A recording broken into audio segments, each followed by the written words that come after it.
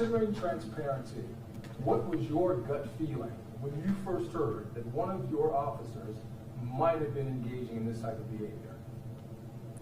Well, the gut feeling instantly is, I hope that that's not true, but we are going to we are going to begin a complete and thorough investigation, regardless of how I felt.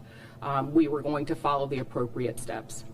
Tell us a little bit more about the officer. How long had he been with the force, and had received any commendations, or what kind of officer was he? Yeah, so Captain Packard can give you his exact dates of employment, so he does have that information. But what I can tell you is that yes, about 2 years or so ago, he was a recipient of several awards during our annual awards ceremony.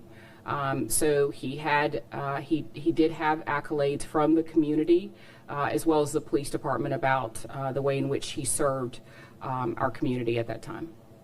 And not to assume, but had he been involved in any sort of allegations of this nature in the past? No, there have been none reported to us, none reported. So if you want, Packard, do you have those, Captain Packard, do you have those dates? Yes, just to answer the question about the employment dates, Taylor was hired in January of 2014. He was, at the time of the incident, he was a corporal assigned to uniform patrol in District 2, which is roughly the North Durham area.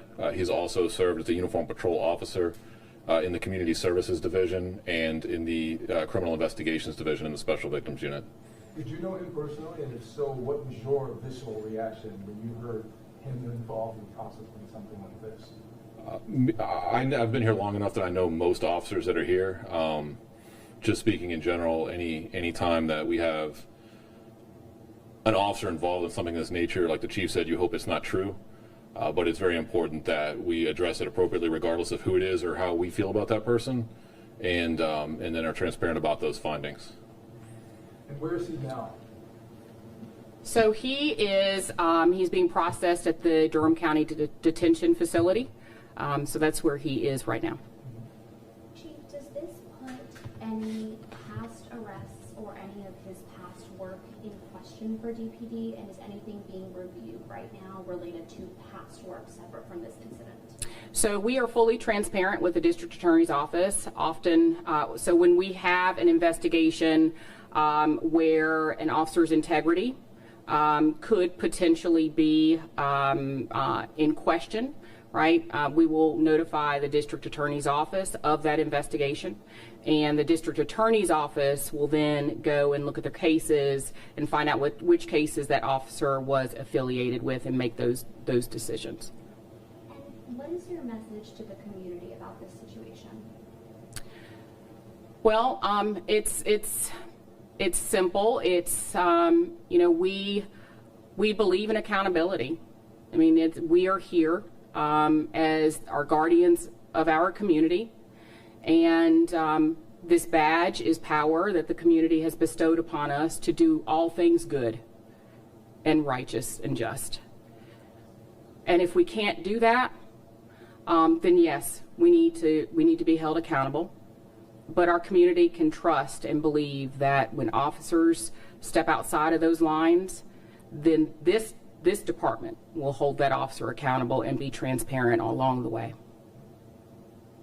Chief, so could you be more specific? I understand the investigation is ongoing, but more specific about the incident itself, the kidnapping charge. What happened that day? So that's a part of the criminal investigation. So I can't get into the nuances of that particular charge. Can you at least tell us this community member, a female, male, adult? Apparently adult because of the charge. An adult, that's what I can say. Obviously, because it's a sexual assault, there are guidelines as it relates to privacy. And we want to make sure that we are also you know, keeping our victim in mind as we speak about this case, as we report today, because it's important that we are not re-traumatizing our victim that has been so brave to come forward. How is the victim doing then? We appreciate that sentiment. How is the victim doing? Physically, the victim is okay. So did you say what role Taylor was in at the time, or? He was so he's no longer with us at the time, right now, but at that time, he was a corporal on uniform patrol within a district, so it's a patrol officer. And I do want to just also thank a number of people, but specifically I want to thank my investigators, criminal investigators who had the really difficult tasks of investigating their own. Putting personal feelings aside, knowing that person, working with that person. It's difficult, but I do want to appreciate them for their work in getting to the point that we are. My professional standards division, they do a lot of work every day, so this just isn't the only complaint that they investigate on a daily basis. It is very hard for them, but they are fact finders and truth seekers, and that's what they do, and they're very committed to doing that. So I want to lift them up, and then also our partners with the FBI, the State Bureau of Investigation, as well as the District Attorney's Office for just always being very, very present in this investigation. Chief, can you talk about when there is an investigation into a member of law enforcement, and now former member, the why behind other agencies like the FBI being involved? Right. So when a police officer commits a crime when they're in uniform, there are certain federal statutes that potentially that can violate. And so the FBI will come in, much like we did, and they will run a separate investigation. And they will look to see if what the officer is alleged to have done, if that falls within kind of the color of law. Okay. All right. Great. Thank you all so very much.